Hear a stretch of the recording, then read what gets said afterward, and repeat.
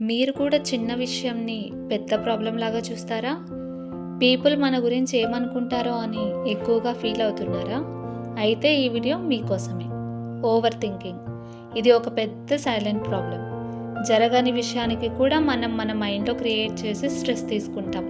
ఒక చిన్న డౌట్ని 100 క్వశ్చన్స్ లాగా మార్చేస్తాం. ఏమైంది, ఎలా అయింది, ఎందుకు ఇలా జరిగింది అని ఆలోచిస్తూనే ఉంటాం.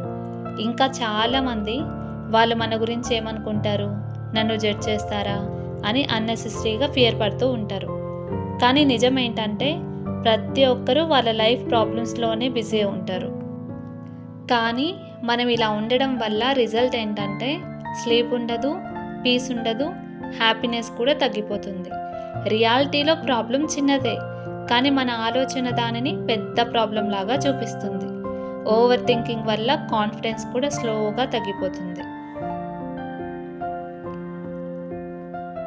నిజమేంటంటే మనం కంట్రోల్ చేయగలిగేది ప్రెజెంట్ మాత్రమే. ఫ్యూచర్ గురించి ఎక్కువ ఆలోచించడం మన ప్రెజెంట్ని స్పాయిల్ చేస్తుంది. అండ్ పీపుల్ ఒపీనియన్స్ అంటారా, వాళ్ళ గురించి ఎక్కువ ఆలోచించడం అంటే మన హ్యాపీనెస్ కీస్ వేరే వాళ్ళకి ఇచ్చినట్టే.